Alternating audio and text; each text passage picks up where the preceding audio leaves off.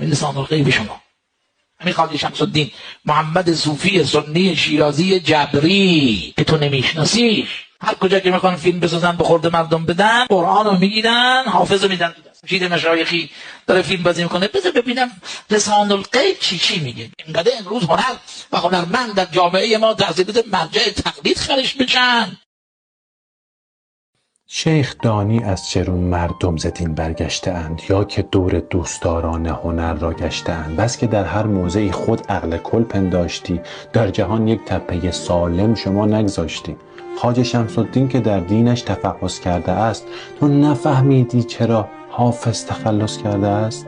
در مشام آید هر آن چیزی درون کوزه است، در که تو از دین فقط خمس و زکات و روزه است. بذر نادانی میانه منبری ها کاشتی، کاش مثقالی تو فهم از شعر حافظ داشتی. تا ببندد آن دهانت آیه در مصرع کاشت، شیوه جنات و تجری تحت الانهار داشت. حضرت خاتم که خاتم بود و عالم در جهان، مثل تو داخل نشد در هر سخن هر داستان. حال فهمیدی چرا با مثل تو سردیم ما، وقت مردم را مگیره شیخ سردردیم یه پایین.